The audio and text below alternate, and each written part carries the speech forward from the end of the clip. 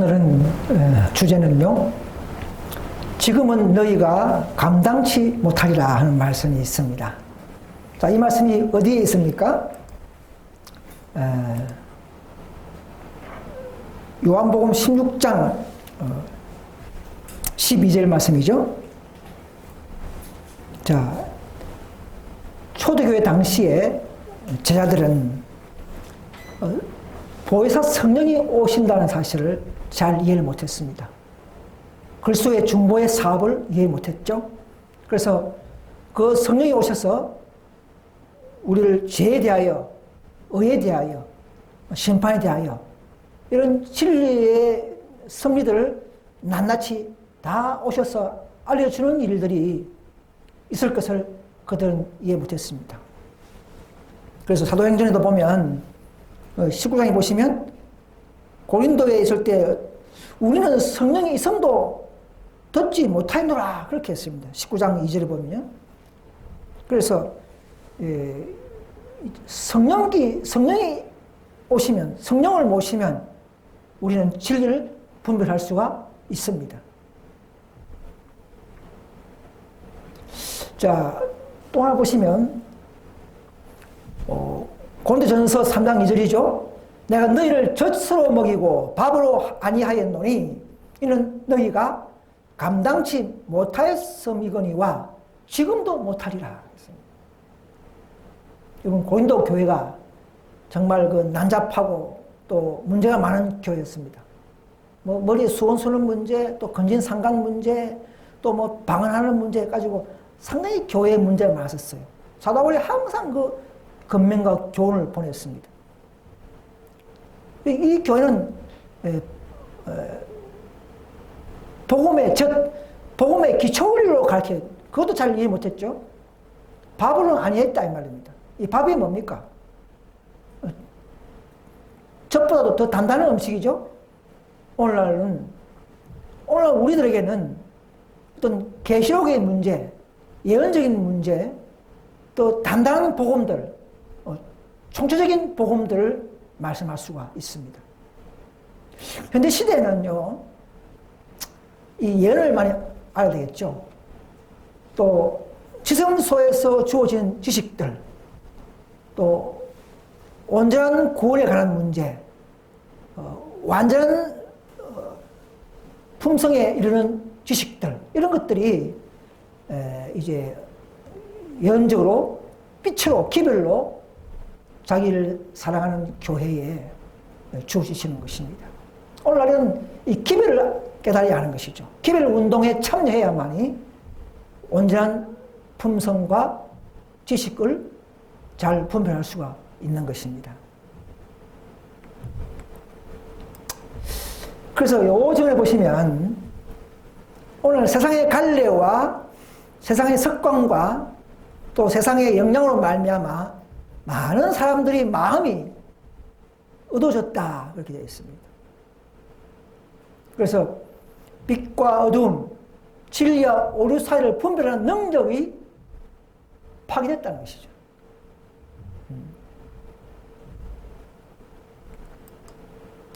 자, 개신교회 하는, 오늘 개신교회가 오해하는 그 율법 문제만 하나 다뤄보겠습니다.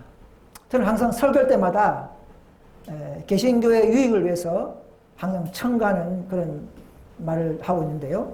자, 율법 문제만 오늘 좀 몇 가지 좀 다뤄보겠습니다. 오늘 개신교가 율법을 잘 이해하지 못하죠. 십자가의 도는 뭐 어느 정도는 깨닫습니다만은 가르치고, 자, 율법의 행위로는 어렵다함을 얻지 못한다 되어 있죠. 우리가 안식을 지키고 하는 것이 율법의 행위가 아닙니다. 여기서 갈라디아서 말하는 이 말은, 율법의 행위는 율법을 지켜서 어려움을 얻겠다는 그런 행위, 즉 자기 힘으로 지키는 행위를 금하는 말이지, 의인들이 믿음으로 율법을 순종하는 것을 말하는 것은 아닙니다. 율법은 필요하지만은 율법 그 자체가 율법만을 지켜서 을 얻는 것이 아니라는 것입니다. 우리는 그리스도를 통해서 얻는 것을 말하는 것입니다. 그 다음 두 번째, 자, 믿는 자는 율법 아래 있지 않다 이 말입니다. 그러면 율법을 지킬 필요 없다 이 말입니까? 그런 말은 아닙니다. 여기서 말하는 것은 믿는 자들은 하나님의 주 안에 들어왔고 하나님의 아들이 되었기 때문에 더 이상 믿지 않는 자들에게 주어지는 불순종하는 자들에게 주어지는 정죄와 심판 아래 있지 않다는 하나의 구별의 표현인 것입니다. 믿음은 뭐 안실 지킬 필요 없다 그 말이 아닙니다. 그 다음 세 번째, 사랑은 율법의 완성이니 그럼 사랑하면 되지 않느냐 이렇게 생각하셨지만 그게 아닙니다. 복음의 뜻과 또 율법에서 말하는 뜻과 다 일치하죠. 율법의 정신에 순종할 능력을 줌으로 우리가 예수 믿음으로, 즉 내 안에 생명이 있으면 하나님의 능력이 있으면 사랑이 유발되고 결국은 율법에서 말하는 그 말씀을 저절로 순종하게 된다는 그것을 말하는 것입니다. 그래서 사랑이 있느냐? 그럼 율법을 잘 뜻을 이루고 있구나 그 말입니다. 율법을 순종할 필요가 없다 그 말은 아닌 것입니다. 율법도 사랑의 본질입니다.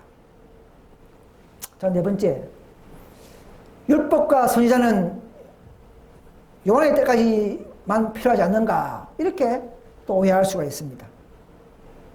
자, 이것은 이제 뭐 복음이 오면 십자가 이후에는 뭐 안식 계명 폐지해도 된다 이 말이 아니고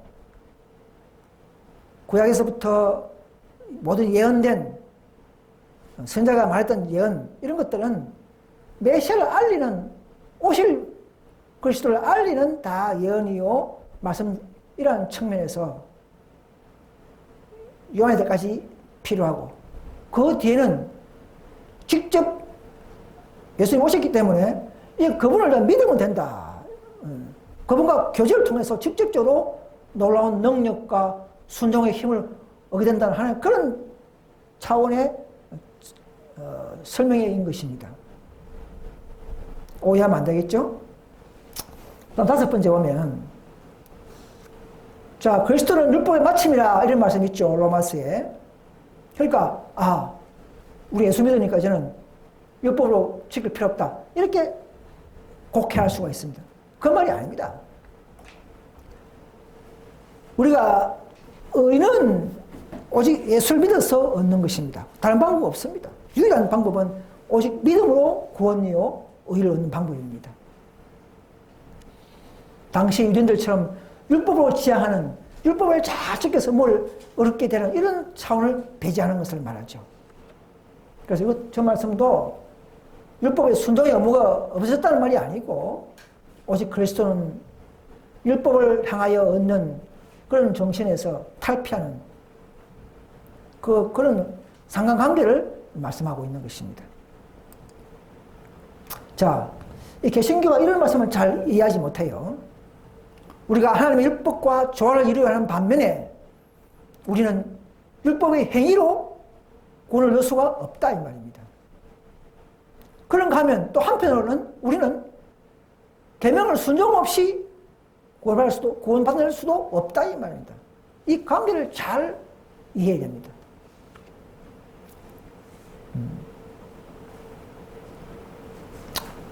오직 예수님만이 우리를 모든 죄에서 깨끗하게 하실 수 있다. 그분은 율법으로 우리를 구원하지 않으시며 또 한편으로는 율법을 불순종할 때도 불순종은 곧 죄요. 죄의 삭은 사망이기 때문에 불순종도 죄이기 때문에 율법을 불순종하면 역시 구원이 없다는 것입니다. 그래서 이 십계명 도덕법과 은혜는 서로 경쟁하는 것이 아니고 서로 협력하는 역사인 것입니다. 율법은 죄를 지적하고 우리는 죄인되기 때문에 이 죄를 해방하기 위해서 예수님께로 달려가게 하고 또 달려가면 은혜를 받고 또 우리는 능력을 받아서 율법을 지키고 이런 로테이션의 차원이죠. 율법도 하나님의 뜻이고 은혜도 하나님의 뜻을 이루는 능력이 되는 것입니다. 그래서 계시록에 보면 성도들의 인내에게 있나니 저희는 하나님의 계명도 지키고 예수 믿음도 지키는 자들이라 이렇게 두 가지가 나오는 이유가 거기에 있는 것입니다. 우리가 믿음으로 구원했지만은 믿는 자의 삶 속에서는 믿음과 행함이 조화롭게 잘 이루어지고 나타나는 것이 생애가 바른 생애인 것입니다. 자, 각 교회마다 때를 따라서 빛이 주어졌지만은 이해 못하는 기별이 있죠. 제가 요약을 만들어 봤습니다만은 개신교는 오랫동안 그 천주교가 제정했던 변경했던 일로를 지키고 있고 하나님 십계명을 안식을 모르고 지금도 지키고 있죠. 안 지키고 있죠. 그래서 회복과 진리가 필요한 교회가 개신교입니다. 그래서 1844년도에 당시에 윌리엄 밀러 운동을 통해서 재림운동을 통해서 저천사 기별과 도천사 기별을 주어져 있어서 그들에게 더 회개하게 만들고 하나님과 관계를 바르게 하게 해서 놀라운 지성소의 큰 능력의 빛으로 인도하려 했지만 개신교는 밀러 운동의 표면만 보고 거절함으로 말미암아 즉 더 높은 저천사의 기별, 지성소의 축복을 거절함으로 말미암아 이제는 에세이 교회가 그 이후에 생긴 에세이 교회를 이단의 교리로 선포해버리고 그 지성소의 길을 가진 안식교회를 이해하지 못하는 단체가 되어버렸습니다. 그래서 에스테이 교회가 지성소에 들어와서 이제 안식 계명을 회복시켰습니다. 또 많은 지식들을 받았죠.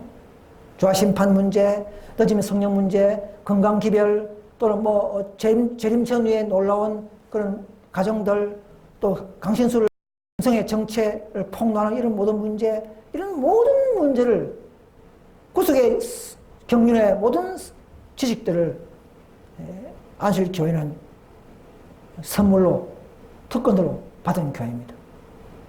그러나 그들도 한 44년 지나면서 또 계명을 잘 회복하다가 점점점 딱딱해지고 이제 율법으로 흐를 때에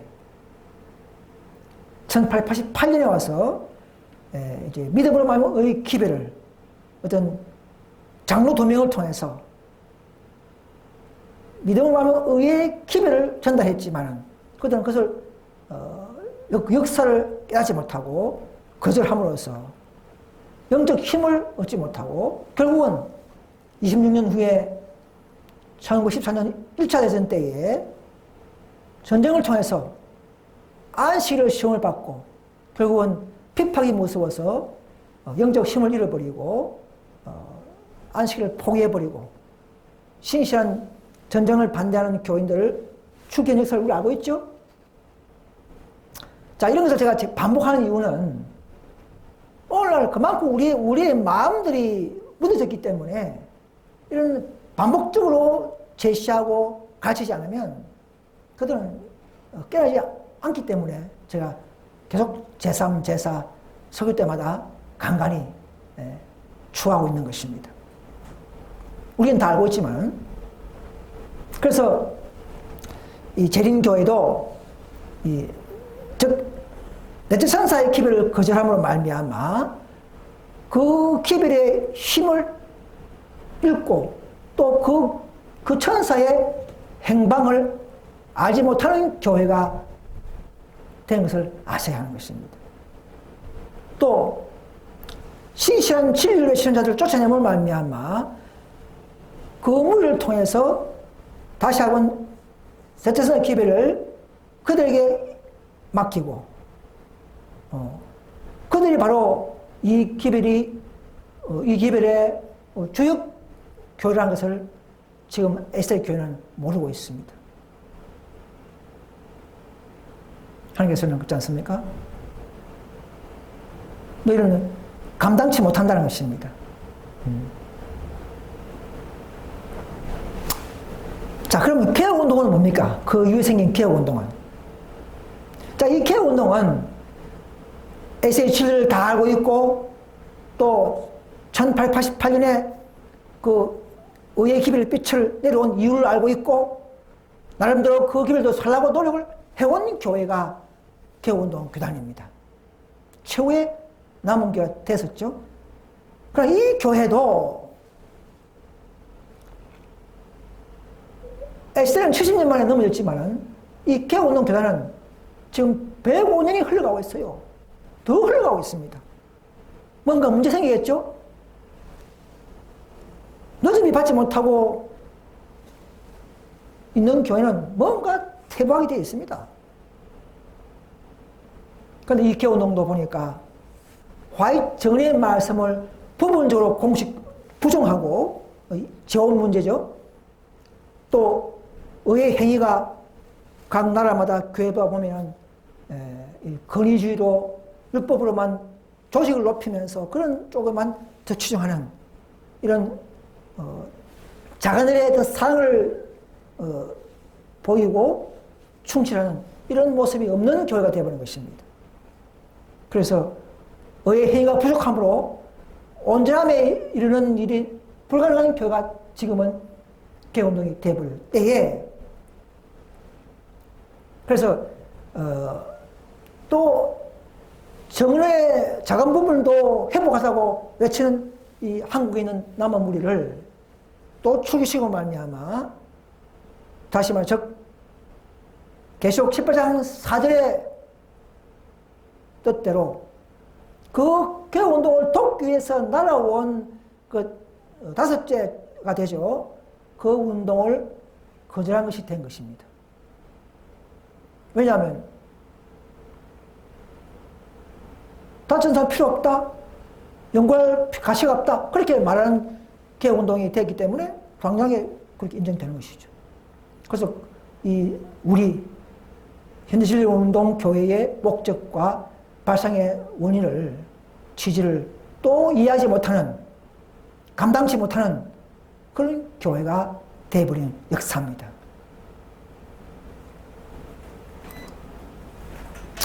그 유엔신 보면요, 1기별에 이런 말씀이 있습니다.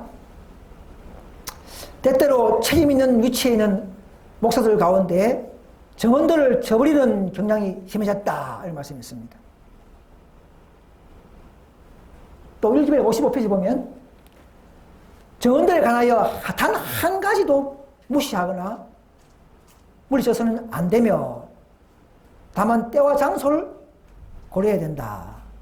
아무리 사소한 문제를 다룬 정리를 할지라도 모든 정리 중요하며, 이 말입니다. 아직도 이러한 신중성을 유지하며 정언들을 처언받아 기록한 이후에 철저히 검토해 봅니다. 화이트분이 이 1900년도 초에 말씀했습니다. 과거에 정 문제가 언제 발표했냐면 1863년도에 이런 조건이 있으면은 정원에도 무방하다, 이렇게 말했습니다. 이들은 이렇게 되었으므로 상담한 결과로, 상담은 사례에 나오죠.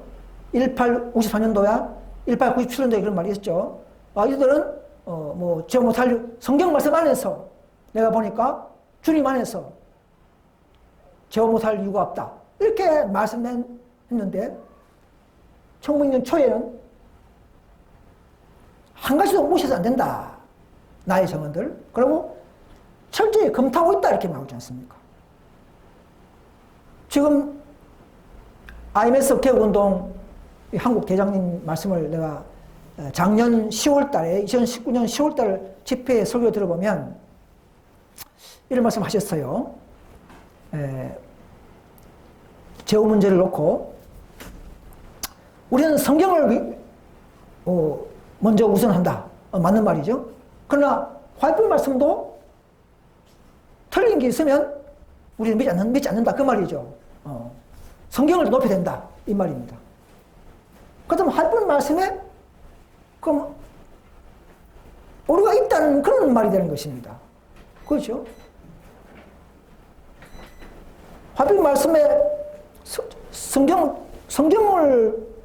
틀리면 하필 말씀도 부정한다 그 말이거든요. 그러면 하필 말씀에 오류가 있다는 결론이 되고 결국 그 재원 문제가 안 믿고 있기 때문에 안 따르고 있기 때문에 결국은 하필 말씀이 다 몇 가지는 그 세네 가지는 오류다 그렇게 말씀한 것과 동일한 선포인 것입니다. 그런데 활동에서는 저거는 한 가지도 무시해서는 안 된다. 지금도 내가 철저히 검토해보고 있다. 이렇게 말씀하셨습니다. 오류가 없다는 이야기입니다. 또 많은 말씀이 있어요. 오류를 분석하는 정의는 오류를 분석하는 시험석이다. 말씀이 또 있습니다. 다 발췌하지 않았습니다.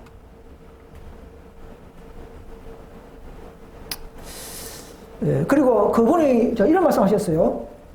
마태 5장 32절에 보시면 이 말씀을 하셨어요. 나 너희에게 이르노니 누구든지 엄행한 연구 없이 아내를 버리면 이는 저로 가늠하게 하며 또 누구든지 버린 여자에게 장가드는 자는 가늠함이라 이런 말씀을 했습니다. 그러니까 이제 이 말은 뭐냐면 버린 여자에게 장가가면 가늠에게 지원은 안 된다 이 말입니다. 그런데 이 말씀은 동기를 잘 알아야 됩니다. 설명을 제가 드리면은 당시 유대인들은 가늠 연구가 아닌데도 불구하고 이혼 정서만 써주면 조그만 죄만 있으면 다 이혼을 막 해버리는 그런 일이 비일비재했습니다. 그렇게 해서 갑자기 이혼 당해버린 여자가 있다면 그 여자는 손대지 마라, 정하지 마라 이 말입니다. 왜? 그렇게 해서 이혼된 자들은 이혼된 것이 아니다. 아직도 하나님과의 언약 관계가 그 기론이 유효하다 이 말이죠. 그런 인간적인 실수나 작은 죄들에 의해서 막 버림받은 그런 이혼당한 여자들이라 할지라도 그래가지고는 안 되기 때문에 여전히 첫 배우자의 소유이며 언약 관계가 있기 때문에 그런 여인들은 손대지 말고 결혼하지 말라. 그렇게 하면 가늠한 죄다 이 말입니다. 그 뜻을 설명하는 거예요. 억울하게 당하는 자들의 보호를 말합니다. 그래서 그렇게 해서 그렇다고 해서 가늠한 연고로 정식적으로 이혼되고 이렇게 해서 하면 언약관계에 벗어났죠. 언약관계를 벗어난 상태에서는 재혼이 가능할 수 있는 것입니다. 외형적으로. 그런데 현대 개운동 교회에서는 아예 무조건 아무도 배우자가 있으면 딴 데 장가가든 말든 관계없이 재혼은 아예 안 된다 이렇게 하는 것과 다른 내용입니다. 잘 이해해야 되는 것입니다. 자, 이제 우리가 또 이제 이 성경에 보면 이해하기 어려운 그런 또 감당치 못하는 그런 구절이 있죠. 감당할 수 있는 구절과 일반적인 보편적인 신앙생활에 일어날 수 있는 겉면과 또 특별히 대중적으로 사명자적인 정신을 가지고 해야 할 그런 겉면과 지시가 있는 것입니다. 이 두 개를 잘 수렴해서 모두 다 우리의 신앙생활에 적용할 줄 알아야 하는 것입니다. 자, 마태복음 10장에 보시면 사람이 만일 온 천을 얻고도 제 목숨을 잃으면 무엇이 유익하리요? 자기 목숨을 잘 챙기라 이 말입니다. 중요하기 때문에. 맞죠? 그런데 또 마가복음 8장에 보시면 누구든지 제 목숨을 구원하고자 하면 잃을 것이요. 누군지 나와 복음을 위해 목숨을 잃으면 구원한다. 목숨을 또 버리라 이렇게 말이 나와요. 한쪽에는 목숨을 챙겨라. 한쪽에 목숨을 버리는 자가 구원이 있다. 이런 상반되는 구절이 있다는 것입니다. 감당이 어렵죠, 조금은. 그러나 이 둘 다 성경 말씀이요. 의인들에게서 일어나는 하나님의 교회에서 일어날 수 있는 그런 말씀인 것을 아셔야 하는 것입니다. 사람마다 은사와 또 어떤 감당해야 할 삶이 있습니다. 또 보십시오. 자, 고린도전서 7장 7절에 보시면 각각 하나님께 받은 자기 은사가 있으니 하나는 이를 하고 하나는 저를 하니라 했습니다. 자, 창세기 보면 2장 18절에 사람이 혼자 사는 것이 좋지 아니하니 독처는 좋지 않다 이 말입니다. 다 결혼해라 이 말입니다. 근데 또 고전 7장에 보시면 내가 혼인하지 아니한 자들과 가부들에게 이르노니 나와 같이 혼자 지내는 것이 좋으니라 이렇게 말했습니다. 또 뭐가 달라요, 그죠? 상반됩니다. 혼자 사지 말라, 좋지 않다. 이쪽에는 사도 바울은 혼자 지내는 것이 낫다 이렇게 하는 겁니다. 자, 이것도 받을 만한 사람도 있습니다. 감당할 수 있는 사람이 있는 것입니다. 다 하나님의 교회에서 하나님의 가수원에는 이런 꽃 저런 꽃, 또 이런 보석 저런 보석, 각 지파마다 각 개성과 빛이 다른 것입니다. 그러나 다 하나님의 어떤 놀라운 품성을 드러내고 있는 것입니다. 한편만 조용하면 되는 게 아니에요. 그렇다면 그것은 바로 우리의 품성에 뭔가 온전함이 이르는데 뭐가 나고 완전한 그리스도를 담는 데 실패해버리는 것입니다. 또 보십시오. 디모전서 5장 8절에 보면 누구든지 자기 친족, 가족을 돌아보지 아니하면 배반한 자요 악한 자라 이렇게 말하고 있습니다. 가족을 돌보지 아니하면. 또 한편에 보면 누가복음에 보면 물론 내게 오는 자가 자기 부모와 처자와 형제와 자매와 목숨까지도 미워하지 않으면 너희 나의 제자가 되지 못하고 이게 또 상반되는 말이죠. 둘 다 맞는 말입니다. 자, 일반적으로는 우리가 정기적인 우리가 예수 믿는 자들은 가족을 잘 돌봐야 되고 하는 것이 정상적인 정신이요 시장인 것을 이것은 정상적인 이 상황을 말하고 서주편에서는 누가복음에서는 대중적인 특별한 사명자들에게 주어지는 또 하나의 명령이라는 것입니다. 둘 다 성경적인 것입니다. 사명을 위해서 하나님 나라를 위해서 부모와 처자와 형제도 미워하고 버릴 수 있는 그런 믿음을 하나님을 요구하고 있다는 사실을 아셔야 하는 것입니다. 여러분 감당하실 분들은 감당하시기 바랍니다. 둘 다 하나님 말씀입니다. 다 똑같을 수는 없는 것이죠. 그래서 아직은 여보십시오. 그리스도의 추종자들은 온전한 헌신을 드려야 한다. 부모와 처자와 집과 전답 모든 것들은 하나님의 일과 사업에 비하면 부수적인 것이 되어야 한다 하겠습니다. 아직 우리가 이런 많은 사람들에게 이런 말씀들이 좀 감당하기 어려운 말씀이지만 또 감당할 사람이 있어야 하는 것이고 또 엘리야처럼 또 사도 바울처럼 그런 사람들이 있어야 하는 것입니다. 그래야 이 교회가 온전한 믿음과 연합과 완성에 주님 뜻을 이루는 데에 격려를 이룰 수가 있는 것입니다. 다 똑같은 사람만 됐으면 아니에요. 다 똑같은 성격, 똑같은 어떤 품성만 가지고 이 교회가 끝난 것은 절대 아닙니다. 보세요. 여기도 보시면 그분께서는 비이적이고 자원하는 봉사를 요구하신다. 그들은 이같이 하면서 그들의 가족에 대한 온갖 의무를 수행할 수 있다. 그러나 가족에 대한 의무는 2차적으로 삼아라 이 말입니다. 가족이 중요하지만 2차적으로 삼아라. 왜? 하나님 나라와 또 우리의 사명을 위해서 이 놀라운 기별을 전하는 데 우선해라 이 말입니다. 이런 자가 있고 저런 자가 있는 것입니다.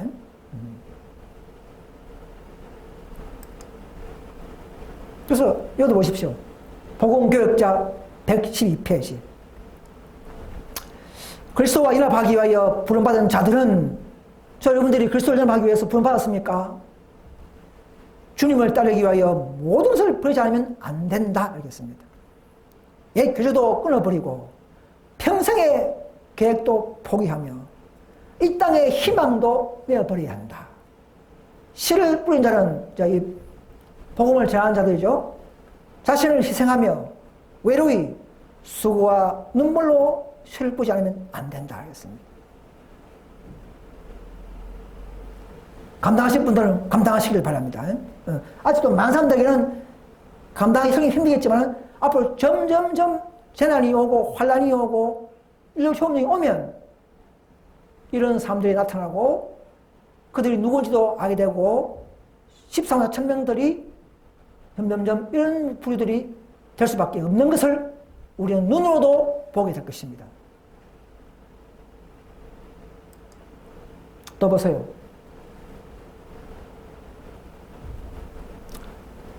하나님께서는 당신의 섭리 가운데서 품성 건설의 성취를 위해 변화가 반드시 있어야 할 것을 보실 때는 평탄한 생애를 방해한다. 우리의 의인들의 생애를 방해해버립니다. 하나님께서. 왜냐? 어떤 교육자들에게서 당신과 더욱 친밀한 교제하여야 할 필요가 있음을 보셨을 때 어떤 교육자와 하나님과 친밀하게 하려고 하면 하나님이 방해해버립니다. 친구 버리라. 친지 버리라. 이렇게 하나님이 지시하신다는 것입니다. 일단 성경 말씀이고 하나님의 말씀인 것이죠. 그래서 사도행전 370페이지 딱 유명한 말씀이죠. 오늘 긴박한 이 복음 시대에 최후의 남은 기별을 온 세상에 전파해야 할 사람들에게는 특별히 이런 사람들을 뽑아야 하는 것입니다. 하나님께서는 당신을 위한 선교사가 되기 위하여 기꺼이 그들의 농장, 직업 필요하다면 그들의 가족까지도 떠나고자 하는 사람들을 나쁘다 이 말입니까? 아닙니다. 부르신다 이 말입니다. 그리고 그 부르심은 필히 응답을 받을 것이다 이 말입니다. 오늘 엘리야의 사명, 침례요한의 그 심령으로 정신으로 살아야 할 때가 점점 우리에게 다가오고 있습니다. 그래서 이 개혁자들은요, 다 그런 건 아니지만 대부분 다 영웅적인 개혁자들은 홀로 사명을 감당했습니다. 이 모세도 애굽을 떠날 때 40년간 그죠? 홀로 저 미디안 광야에서 살았죠. 엘리야도 아합 통치 때 홀로 사명을 감당했습니다. 이사야도 예루살렘에 홀로 있었고 에스겔도 바벨론에 홀라서 그 기별을 전파했습니다. 왜 그랬습니까? 많은 대사장들이나 사람들이 많이 있었지만은 그들은 자존심과 자만심에 차있어서 이 기별을 감당하지 않고 자기의 방법대로 자기가 좋아하는 교회에 몸담으면서 살기 때문에 오늘날도 그런 사람들을 사용하지 않고 일반적으로 지위가 낮고 주로 멸시받는 사람을 통해서 택했다는 것입니다. 이것이 하나의 방법입니다. 말세에 특별한 사업을 이루는 방법이 이런 것입니다. 여러분 감당하셨으면 감당하시길 바랍니다. 그래서 우리는요 앞으로 진리에 확고히 서지 않으면 점점 다 떨어져 나갑니다. 십자가 당시에 11명이 다 떨어져 나갔습니다. 마리아 몇 명이 밑에서 울고 있었고 제자도 아닌 강도가 혼자서 예수님을 인정하고 있는 그런 상태에 도달해버렸습니다. 각종 오류, 잘못된 기별, 또 자기 교회에서 다 안락하고 안조해버리는 이런 정신들, 마귀는 때를 따라서 교회를 보고 철저히 속이고 흔들고 있습니다. 개신교는 개신교를 장악해버리고 SNS대로 또 눈물게 만들어버리고 또 개혁은 개혁정대로 나름대로 안 좋게 만들어버리고 이런 큰 흔들림이 이미 시작되었고 앞으로도 계속된다 이 말입니다. 그래서 우리는 이 기별 운동에 참여해야 되고 점점점 전진하는 이 성화운동, 기별 운동에 참여하는 자들만이 더 예민한 양심, 깨어있는 지식, 정신을 가지고 어떠한 오류가 있다 할지라도 분별할 수 있는 그런 능력을 얻게 될 것입니다. 그래서 하나님의 말씀에 확실한 진리로 깨우침을 받지 않는 자들은 세상의 모든 번개가 치고 천둥을 치는 일이 있고 천사가 기별을 전한다 할지라도 듣지 않단 말입니다. 일깨우지 않단 말입니다. 오늘 우리가 개신교회나 또 뭐 신천지 교회나 또는 SDA 교회나 또 개운동에 이 더 높은 진리를 전하면요. 그냥 우리 얼굴 보고 그냥 뭐 우리 입장 보고 이 뭐 조금 적은 교회 이런 걸 생각하면서 다 무시해버립니다. 듣지 않아요. 스스로 이 주어진 진리로 성령께서 그들 마음속에서 이 주님의 더 완전한 복음, 완전한 품성, 완전한 교리, 모든 성경과 정언까지도 회복시키는 이 운동에 더 한 발 한 발 작은 일에 충성하는 그런 정신이 없으면 각자 그들도 다 그 속에 머물면서 점점 퇴보하고 안주하고 전진하지 못하는 그런 시장을 하고 있는 것을 언젠가는 발견하게 될 것입니다.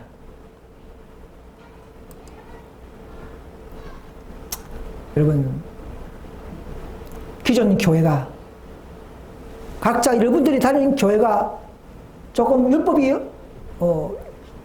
율법을 지키지 않거나 또는 정언의 말씀을 따르지 않거나 또 일부는 부정하거나 이렇게 된 교회가 있습니까? 그런 교회에서는 분리해서 나오라고 말씀하고 있는 것입니다. 여기 보시면 다 읽지 않겠습니다. 천사들에게 그분의 백성들이 더럽히지 않도록 자들에게서 이끌어내라는 명하는 것을 보았다. 네. 모든 혼잡한 교회, 바벨론 든 교회, 또 말씀을 일부 무시하는 교회, 이런 모든 부정과 오류가 있는 교회에서는 이끌어내는 것이, 즉 분파를 하는 것이, 즉 분파 교회를 하는 것이 하나님의 뜻이라는 것을 아셔야 하는 것입니다. 그래서 이런 기별에, 이런 전진하는 운동 기별에 순종한 자들은 자유롭게 풀려나와 연합을 파있다. 여러분, SDA대로 개운동대로 강의 있으면서 직책을 주고 어떤 직분을 주고 탁 막인을 붙잡아버립니다. 못 나가게. 뭐 어린이 부장 주고 뭐 주고 이거 탁 해가지고는 절대 못 나가게 해버립니다. 그러나 이 정말 하나님의 완전한 지성소의 목적, 완전한 회복, 이런 기별의 운동을 깨달은 자들은 아무리 내를 속박하더라도, 내 가족이 거기 있다 할지라도, 내 남편, 내 아내가 거기 있다 할지라도, 내 친구가 거기 있다 할지라도 거기서 풀려나와서 더 높은 진리에, 더 높은 교회에 연합하는 마음을 성령께서는 주신다는 사실입니다.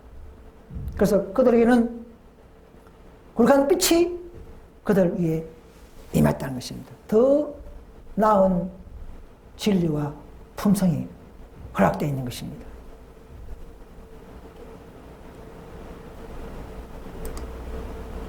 그래서 오늘은 현재의 역사적 시점과 다가오는 큰 환란과 재난 사태를 알려주는 이런 기도운동이 품성운동과 함께 첨가될 필요가 있습니다. 여기 보시면 파수꾼들은 이제 그들의 음성을 높여서 이 시대를 위한 현대 진리의 기별을 전해야 한다. 우리가 예언적 역사적에서 어느 시점에서 있다는 것을 알려주고 참된 개신교의 정신을 깨우쳐주고자 노력해라 이 말이죠. 참된 개신교의 정신이 뭡니까? 모든 하나님 말씀과 반대되는 것은 모두 다 버리고 나오는 바로 대항자 프로테스탄트 정신이 오늘날 이 개혁자들에게 항상 살아있어야 하고 모든 기독 운동에 항상 포함되어 있는 프로그램이라는 것이죠. 정신이라는 것이죠.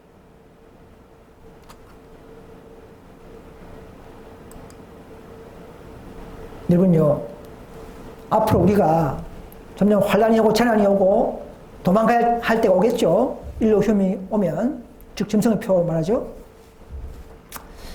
지금 불필요한 재산, 지금 꼭 필요한데 흔시하지 않는 재산들은요, 나중에는 그 사람들은 이 부자 간원처럼 근심해서 돌아갔죠. 앞으로 우리 시대에도 그런 자들은 재산을 꼭 필요할 때 쓰지 않고 감춰놓거나 이렇게 해놓은 사람들은 재앙이 내려서 그들의 모든 소유를 쓸어버렸다는 것입니다. 다 무용지물 되게 만들어버립니다. 그럼 지금 우리가 재물과 힘과 또 기도와 또 모든 일 다 해서 우리는 이 복음 사업에 다가오는 예수 재림과 환난과 대쟁투적인 이 접전의 주제를 또 우리의 품성이 또 증가되는 이 모든 가정들을 교회관들을 소개하면서 오류에 빠져 있는 또는 라우디게 상태에 빠져 있는 SDA와 개운동에게 알려야 하는 것입니다. 늦기 전에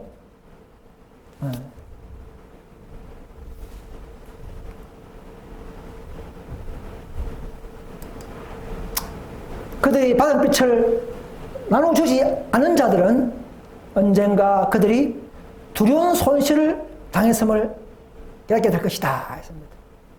여러분, 한 달란트 받은 자가 제일 욕을 얻어먹었죠.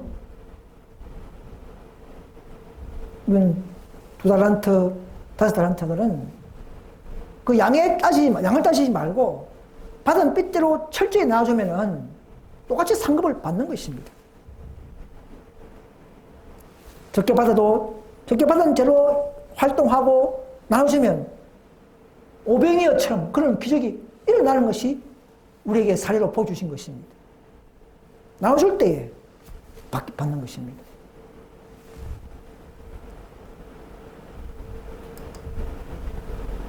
자, 그래서 특별 정언이죠. 특별한 말씀이 있죠. 있습니다. 우리의 사업은 곧 마치려 하고 있으며 우리는 지금 우리 자신을 하나님의 방법에 따라 사업하는 곳에 투의한다. 우리는 하나님의 뜻을 분별하는 일에 지혜롭지 못한 자들과 멍해를 같이 해서는 안 된다. 우리는 그들과 연합해야 된다? 아니죠. 우리는 그들 가운데서 나와서 분리되어야 한다. 이렇게 했습니다. 어떤 사람들에게 오류가 있는 바벨론 교회뿐만 아니고 하나님의 방법대로 사업하지 않는 사람들, 더 하나님의 뜻, 정언의 말씀대로 뜻을 분별하는 일에 실패하고 부정한 자들에게도 같이 개운동 교회도 하지 말고 우리는 그런 자들에게서도 나와서 분리해라고 분명히 분리의 기별을 말하고 있지 않습니까? 이 시대는요. 그냥 계명 지킨다는 수준이 아니고 하나님의 뜻을 분별하는 에도 지혜롭지 못한 자들에게도 같이 하지 말고 그들 앉아서 나오라는 말입니다. 여러분, 그 안에서 계속 계란으로 발치기 해봐야 안 됩니다. 멤비 모여서 교회를 개혁하자. 그런 시간 낭비고 불필요한 서로가 서로 괴롭게 만드는 불필요한 감정만 살아야 되기 때문에 더 진리를 사랑하고 더 말씀을 사랑하는 자들은 다 나와야 하는 것입니다. 분리의 기별이 곧 연합의 기별이요 하나님의 뜻인 것을 아셔야 하는 것입니다. 혼자서 개혁자 되려고 하지 말고 더 이미 세우신 기별운동이 있다면 이 말입니다. 있을 때는 나와야 하는 것입니다. 그게 하나님의 뜻이요 정말로 하나님을 사랑하는 자들의 처세가 되어야 될 줄 믿습니다. 자, 그래서 이런 특수한 기별들, 현대 저희들은 어떤 삶을 통해서 전파되고 진행될 것인가? 대형토에 보시면 이런 말이 있습니다. 모든 고난을 즐거움으로 받고자 하는 사람들을 통하여 마지막 시대까지 계속하여 진행한다 이 말입니다. 이 특수한 사업, 개혁운동 기별들은 고난을 즐거움으로 받고자 하는 사람들, 여러분, 저와 여러분들이 이런 정신까지 감당할 수 있습니까? 올라갔습니까? 우리의 유익은, 우리의 연약함은 곧 우리의 유익이라는 사실을 깨닫고 내가 부족하고 결점이 있습니까? 그러면 그것을 더 회개하고 기도로서 하나님의 은혜가 채워지는 그런 역사를 이루어내기를 간절히 바랍니다. 그래서 지금 인류는요, 과거의 삶과 달라요, 그죠? 지금 21세기 인류는 위기에 처해 있습니다. 많은 흔한 무리가, 개신교 무리가 지금 멸망하고 있습니다. 진리를 모르고, 어떻게 구원받는지를 모르고 무덤에 내려가고 있습니다. 그러나 그리스도를 따른다고 공언한 자들 중에 몇 사람이나 이 죽어가는 영혼들을 위하여 애타는 심정을 가지고 있는가? 하나님 백성들이 지각이 둔하고 마비 상태에 있으므로 그것이 그들로 하여금 현 시대의 의무를 이해하지 못하고 있다. 이렇게 말하고 있습니다. 저도 참 뭔가 아직도 지각이 둔하고 의무를 잘 깨닫지 못하고 또 자신의 죄를 바라볼 때에 부족함을 느끼면서 수시로 기도하고 있습니다. 그러나 과거의 나의 죄를 용서해 주신 하나님께 감사드리고 이제 남은 여생을 또 하나님의 사업을 위해서 될 수만 있다면 더 열심히 봉사하고자 저는 결심을 했습니다. 작심삼일이 되지 않도록 하나님께 또 기도를 드려봅니다. 그래서 아직도 우리는 우리의 사명과 의무를 다 깨닫지 못한다 했습니다.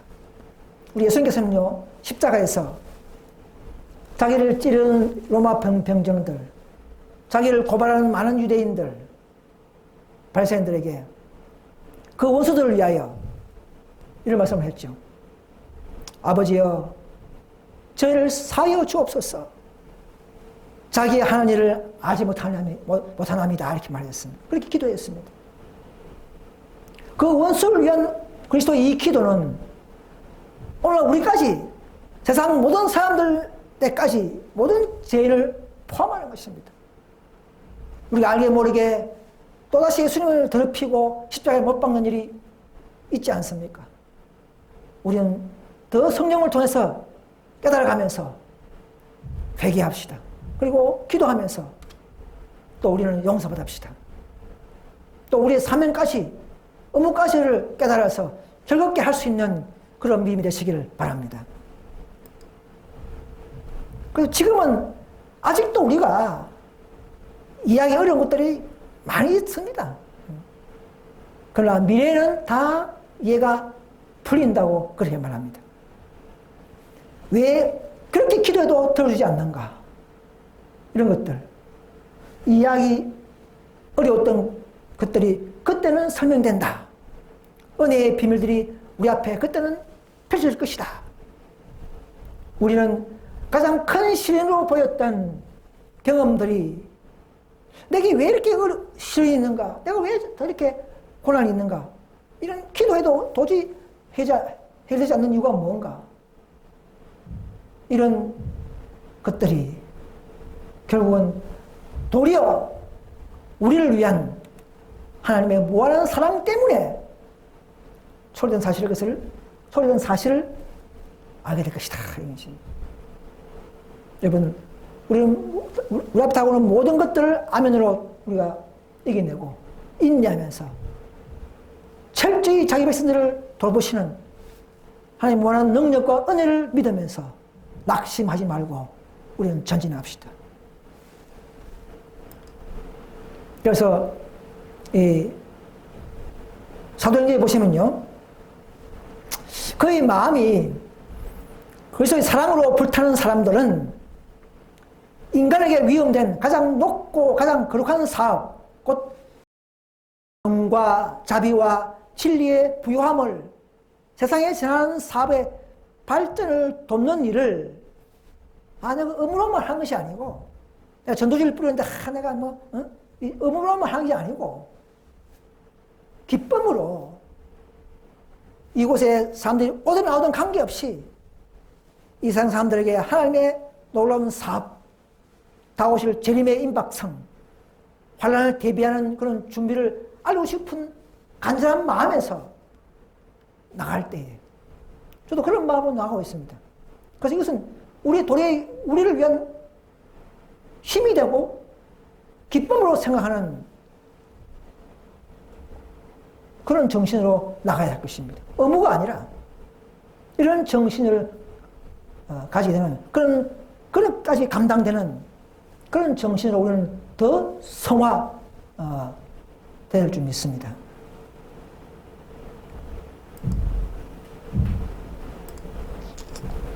여러분, 우리가 부족하고 아직도 많은 결점이 있겠죠? 우리 자신의 부족을 생각하지 말고 우리는 기도하고 나갑시다. 그럴 때 성령께서 우리보다 앞서서 우리를 때를 따라 함께 하실 것입니다. 이 교회 밖에는 다 50불짜리 진리교회, 80불짜리 진리교회, 90%짜리 진리교회, 95%짜리 진리교회, 각 교회마다 하나님의 뜻을 완전히 깨닫지 못하고 나름대로 각자의 교리와 원칙 속에서 살아간 교회들이 많지 않습니까? 이런 온전한 진리의 빛을 알지 못하고 오리에 빠져서 계속적으로 죽어가는 사람들이 많습니다. 그런 사람들을 위해서 우리는 우리가 해야 할 일을 물어보고 각자의 방법과 각자의 역량대로 은혜를 따라서 돕는 그런 우리의 남은 무리가 될 수 있기를 간절히 바랍니다. 자, 마지막으로 한 구절 읽고 마치겠습니다. 고린도전서 7장 17절. 오직 주께서는 각 사람에게 나눠주신 대로 하나님이 각 사람을 보신 그대로 행하라 했습니다. 각자 어떤 조건으로 이 교회가 왔든지 간에 어떤 부족한 점이 있든 간에 우리는 낙심하지 말고 각각 보신 방법 그대로 그 은사대로 받은 달란트대로 행하라 하셨습니다. 내가 모든 교회에 이와 같이 명하라 하셨습니다. 우리 모두가 이 말씀을 기억하면서 우리 사명을 기억하면서 받은 은혜를 인내로 기쁨으로 성화된 품성으로 일할 수 있는 저와 여러분 되시기를 간절히 바라면서 말씀을 마치겠습니다. 감사합니다.